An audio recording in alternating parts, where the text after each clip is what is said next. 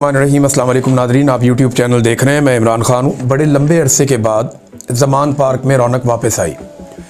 ज़मान park के रास्ते बंद कर दिए थे पुलिस ने, और पंजाब में ख़ास तौर पे लाहौर में सुहेल अफरीदी जहाँ जहाँ गए वहाँ पे पहले से पुलिस ने रास्ते बंद किए।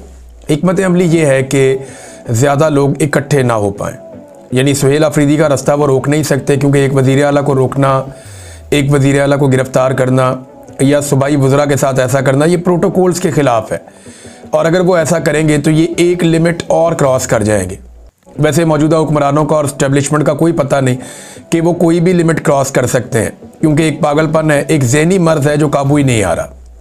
बहरहाल सुहेल अफरीदी को तो गिरफ़्तार नहीं कर रहे और ज़बरदस्ती सुहेल अफरीदी को रोक भी नहीं पा रहे, लेकिन सुहेल अफरीदी के आने से पहले जैसे ही इनको इतला मिलती है कि अब ये फ़लाँ जगह पर जाएंगे, तो वहाँ पुलिस पहुँच जाती है, रुकावटें डाल देती है, बैरियर्स लगा देती है और कोशिश की जाती है कि कम से कम लोग उस जगह पे पहुँचें। लेकिन हर जगह पे इसके बावजूद बड़ी तादाद में पाकिस्तान तहरीक इंसाफ के लोग आ जाते हैं। यानी इतनी फस्तायत और इतने जुल्म के बाद जब आपको पता चले फौरी तौर पे कि अब यहाँ जाना है तो कारकुन पहुँच जाएँ, तो ये बड़ी बात होती है। और बहुत सारे गिरफ्तार भी हुए हैं, हर घर के अंदर छापा पड़ा है। जो कारकुन है पाकिस्तान तहरीक इंसाफ के, उनके लिए ज़मीन तंग की हुई है। लंबे अरसे से पाकिस्तान तहरीक इंसाफ का झंडा तक उठाने नहीं दिया गया। इमरान खान साहब की कोई फ़ोटो लगाने की पंजाब पूरे में इजाज़त नहीं है। ऐसे में भी अगर लोग निकल रहे हैं तो बड़ी बात। ज़मान पार्क में बड़े अरसे बाद रौनक लगी। ये सुहेल अफरीदी साहब गए, रुकावटें फिर हट गईं। जब वो पहुँचे तो उनसे पहले कारकुनों ने रुकावटें हटा दी, पुलिस वगैरह को हटाया वहाँ से। ये लोग गए, इमरान खान साहब की बहनें भी आईं, फैमिली के बाकी लोग भी आए, तो ज़मान पार्क को खोला गया। काफ़ी अरसे के बाद वहाँ अंदर के मनाज़िर लोगों ने देखे। अब इमरान खान साहब को जब से गिरफ़्तार किया गया है तब से लेकर अब तक यहाँ पे बिल्कुल एक बंदिश है और किसी किस्म का कोई एक्टिविटी यहाँ पे नहीं देखी गई। लेकिन अब एक्टिविटीज़ हो रही हैं। लाहौर में वकला से बातचीत की सुहेल अफरीदी ने, एक अच्छा तगड़ा खिताब किया। वहाँ पे वकला ने बड़ी दिलचस्पी शो की, बड़ी तादाद में वकील वहाँ पे मौजूद थे। वकीलों को उन्होंने ये कहा कि जी ये बदमाशी पुलिस की आपको ख़त्म करनी पड़ेगी, वकला को अपना किरदार अदा करना पड़ेगा। और वकला ये कर सकते हैं क्योंकि उनका रोज़ का थाने कचहरी का काम है।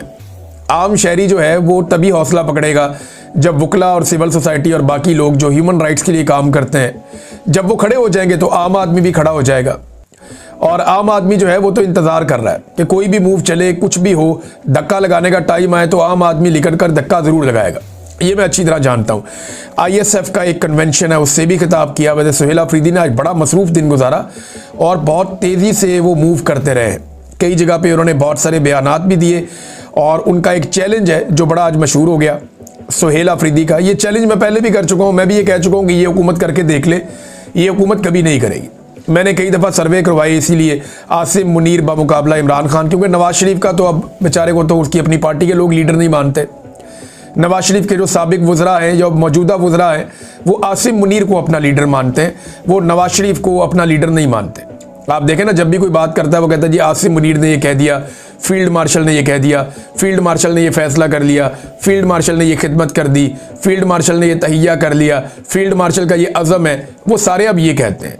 माजी में ये नवाज शरीफ की गर्दान करते थे, अभी ये फील्ड मार्शल आसिम मुनीर की गर्दान करते हैं। तो मैंने कई मरतबा आसिम मुनीर को और इमरान खान का मुकाबला कराया। अभी 28,000 वोट पड़े थे, 2 वोट हमें मिले आसिम मुनीर के हक़ में, बाकी सारे इमरान खान के हक़ में वोट आए। मैंने आपके साथ शेयर भी किया, अगर आप जाकर देखना चाहें तो आप मेरी वीडियो पर जाकर देख सकते हैं। ISF से भी उन्होंने खिताब किया। यास्मीन राशिद साहबा के घर में गए, जो सुहेल अफरीदी साहब है, इजाज़ चौधरी साहब के घर में गए, महमूद रशीद साहब के गए, ज़िले शाह का सुना है कि वहाँ पे, और दीगर जो असीरान हैं उनसे भी उन्होंने मुलाकातें की। जो लोग कैदे काट के आए उनसे भी, जो उनकी फैमिलीज़ हैं उनसे भी मुलाकातें की। सनम जावेद और फलक जावेद के घर के बाहर बहुत बड़ी तादाद में पुलिस पहुँच गई। तो सुहेल अफरीदी ने एक चैलेंज किया, ये बड़ा ज़बरदस्त चैलेंज है। ये इन्होंने कहा सुहेल अफरीदी ने कि आप लोग ये कहते हैं कि पंजाब इमरान खान के साथ नहीं है या लोग नहीं निकल रहे। अब ये ना बयानिया बनाया जाएगा।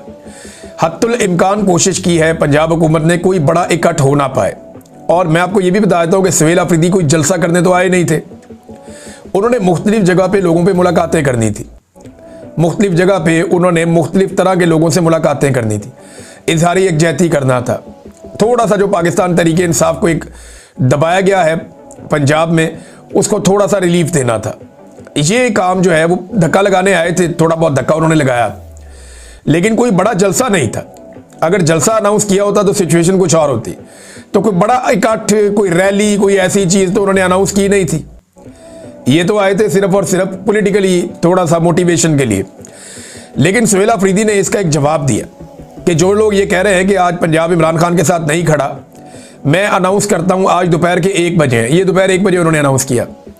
उन्होंने कहा दोपहर के 1 बजे कल रात को मैं जलसा करता हूं, शाम 6 बजे यहां पे, यानी एतवार का दिन होगा। उन्होंने कहा शाम 6 बजे जलसा करता हूं मैं मीनार पाकिस्तान लाहौर में, चैलेंज करता हूं, और आप कल शाम को 6 बजे जलसा करें पेशावर में। आप ग्राउंड का इंतखाब करें, आप नाम लें जगह का, फैसिलिटेट हम करेंगे। जो फैसिलिटी आप यहां हमें देंगे हम आपको वहां देंगे, देख लेते हैं कितने लोग कौन निकालता है। बड़ा जबरदस्त चैलेंज है सुहेल अफरीदी का। भाई नवाज शरीफ तो बहुत बड़ा लीडर है ना, 3 दफा वज़ीर आज़म रहा है पाकिस्तान का। फिर सुहेल अफरीदी ने कहा जी अगर आपको डर लग रहा है, परेशानी हो रही है तो ठीक है, 1 हफ्ते का वक्त ले लें, आप 1 हफ्ते के बाद जलसा रख लें। मैं अभी चैलेंज करता हूं सुहेल अफरीदी को, ये अभी तक टाइम ना दें, कल सुबह बता दें, सिर्फ 8 घंटे के नोटिस पे बता दें कि आप शाम को मीनार पाकिस्तान में जलसा कर सकते हैं इमरान खान के नाम पे, और आपको रोकेगा कोई नहीं। ना कोई पुलिस का नाका होगा, ना कोई ज्यादती होगी, ना कोई कंटेनर लगेंगे, ना कोई लाठीचार्ज होगा, ना कारकुन गिरफ्तार होंगे। पूरे लाहौर को इजाजत है, लाहौर के बाहर से कोई नहीं आएगा, आप जलसा कर लें मीनार पाकिस्तान में, दूध का दूध पानी का पानी हो जाएगा। इनको लग पता जाएगा कि अवाम निकल के आती कहां से है। ये तो फस्तायत के जरिए से इन्होंने लोगों को दबाया हुआ है, गोलियां मार मार के, कत्ल कर करके, गिरफ्तार कर करके, घरों का सामान तोड़ तोड़ के, ये चीजें करके इन्होंने लोगों को दबाया हुआ है। तो लोगों को एक हद तक दबा सकते हैं ना, जिस दिन लोगों को पता चला कि आज लोग हैवी हो गए हैं या लोग हावी हो सकते हैं या कोई तहरीक चल पड़ी है, तो लोग निकल कर ऐसा धक्का मारेंगे कि ये आपको नजर भी नहीं आएंगे बरतानिया से पहले। मैं इनको अच्छी तरह जानता हूं। तो सुहेल अफरीदी ने चैलेंज किया, इस चैलेंज का जवाब अभी तक किसी ने दिया नहीं। मैं ना कुछ मनाजिर देख रहा था टीवी चैनल्स के, पंजाब असेंबली में एक गमला टूट गया था, एक, अब वो भी पता किसी पाँव किसी का लगा है, छोटा सा एक गमला था वहां पड़ा हुआ था साइड पे, उसमें एक पौधा भी था, वो एक गमला टूट गया।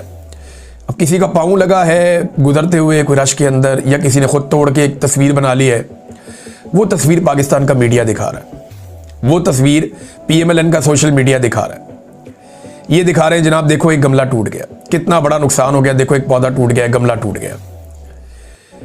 ये मीडिया को शर्म आनी चाहिए, इन्हें शर्म करनी चाहिए कि खैबर पख्तूनख्वा में ड्रोन हमले होते हैं, उनके नतीजे में मासूम बच्चे शहीद हो जाते हैं, खवातीन शहीद हो जाती हैं, ये उसकी कवरेज नहीं करते, ये उसकी खबर नहीं देते। एक गमला टूटा है पंजाब असेंबली के बाहर और ये उसकी खबर दे रहे हैं, मातम कर रहे हैं। पंजाब असेंबली के बाहर एक गमला टूट गया, बहुत बड़ी खबर है, और खैबर पख्तूनख्वा के बच्चे ड्रोन हमलों में शहीद हो गए, कोई खबर नहीं है। ये अभी एक खबर देता हूं, बलूचिस्तान में खवातीन अगवा हो गई हैं। वो लोग 3 दिन से CPAC के ऊपर रोड बंद करके बैठे हुए हैं।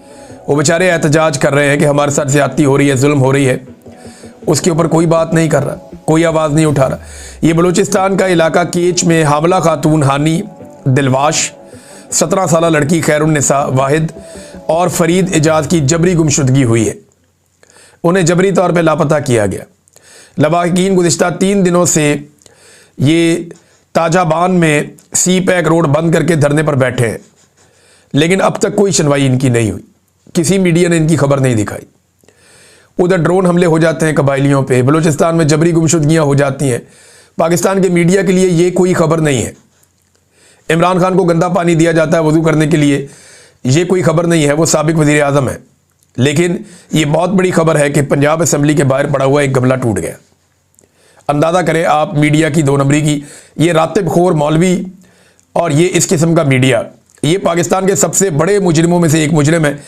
इन्होंने हमेशा पाकिस्तान की एस्टेब्लिशमेंट को गंदे कामों में सपोर्ट किया है और अब तक लगातार गंदे कामों में ये सपोर्ट करते चले आ रहे हैं। अब मुज़ाकरात के हवाले से हुकूमत ने जो ऑफ़र दी, उसके बाद पाकिस्तान तहरीक इंसाफ ने, क्योंकि इमरान खान की बहनों ने कहा कि 4 नवंबर को और 2 दिसंबर को इमरान खान ने वाज़े पैगाम दिया था कि PTI बतौर जमात फॉर्म 47 की जाली हुकूमत से किसी किस्म के कोई मुज़ाकरात नहीं करेगी।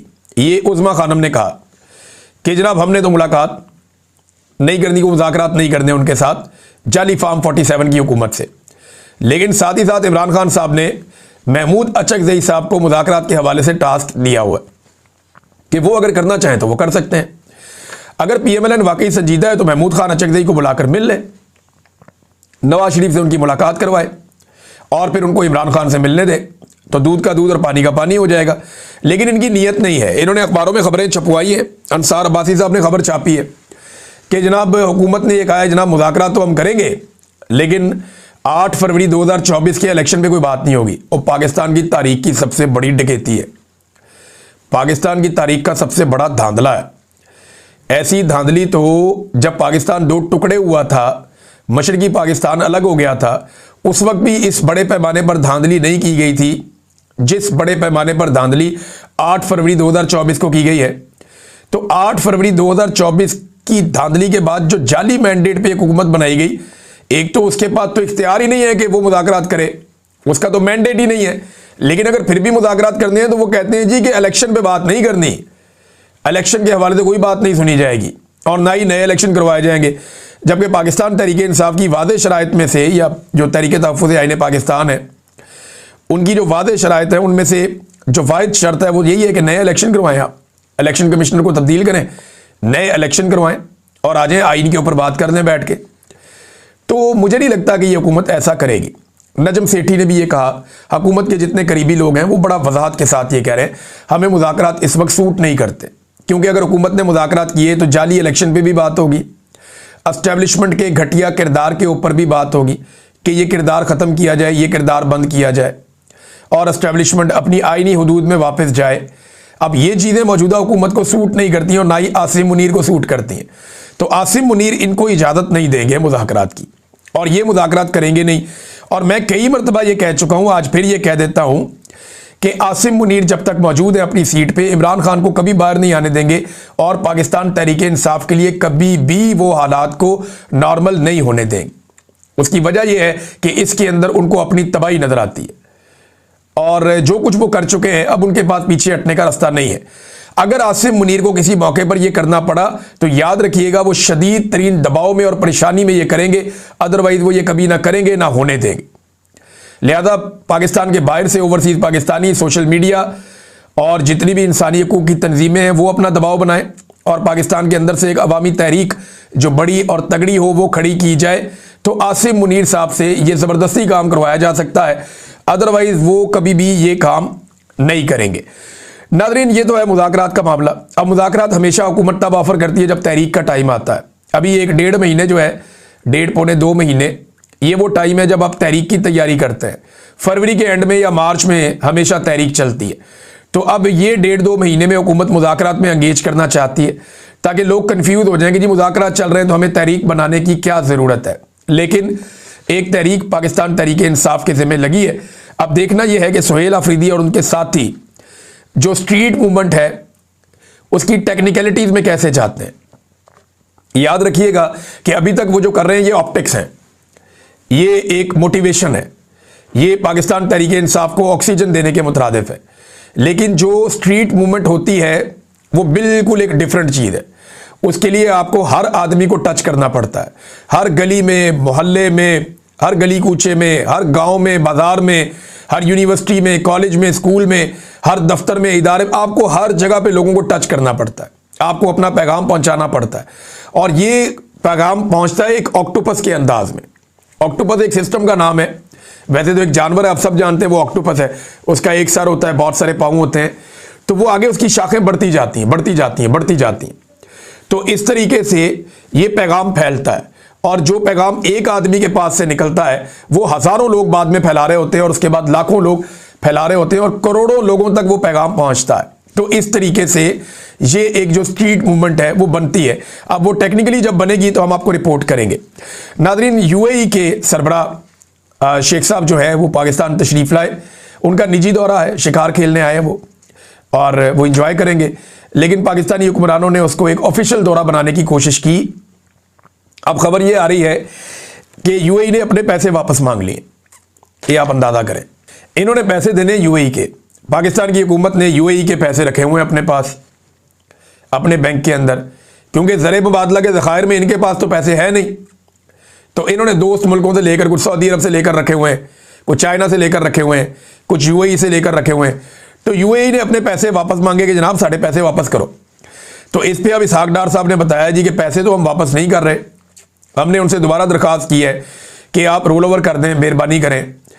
तो अब वो इस शर्त पे कर रहे हैं कि हम उन्हें शेयर्स दे रहे हैं अपने इदारों में, यानी जो पैसा यूएई ने पाकिस्तान के पास रखवाया था वो पैसा पाकिस्तान यूएई को वापस करने में नाकाम हो गया। अब उस पैसे के बदले में पाकिस्तान अपने असासे यूएई को दे रहा है। सादा बात यह है, जब भी कोई मुल्क आपको पैसा देता है तो वो इस बुनियाद पे देता है कि या तो आप उसका पैसा मुकर्ररा वक्त में वापस करेंगे और उसके ऊपर जो सूद बनता है वो भी आपने वापस देना होता है। लेकिन हमारे दोस्त ममालिक हैं तो मेहरबानी कर देते हैं, तो जो भी आपके पास पैसा रखवाता है वो पैसा आपने वापस करना होता है। अगर वो पैसा आप वापस नहीं करते तो आपकी सॉवरेन गारंटी होती है, फिर आपने उस पैसे के बदले में कोई ना कोई असासे उनको देने होते हैं। अब ये वो असासे देने का टाइम आ गया। इसहाक डार साहब कहते हैं जी फौजी फाउंडेशन के शेयर भी दिए जाएंगे और बाकी शेयर भी उन्हें दिए जाएंगे। ये जो पैसा यूएई का हमारे पास मौजूद है, पैसा तो हम वापस नहीं दे सकते, लेकिन अब पाकिस्तान के मुख्तलिफ इदारों में यूएई को शेयर्स दिए जाएंगे। मतलब ये है कि ये है इनकी टोटल डिप्लोमेसी, ये है इनकी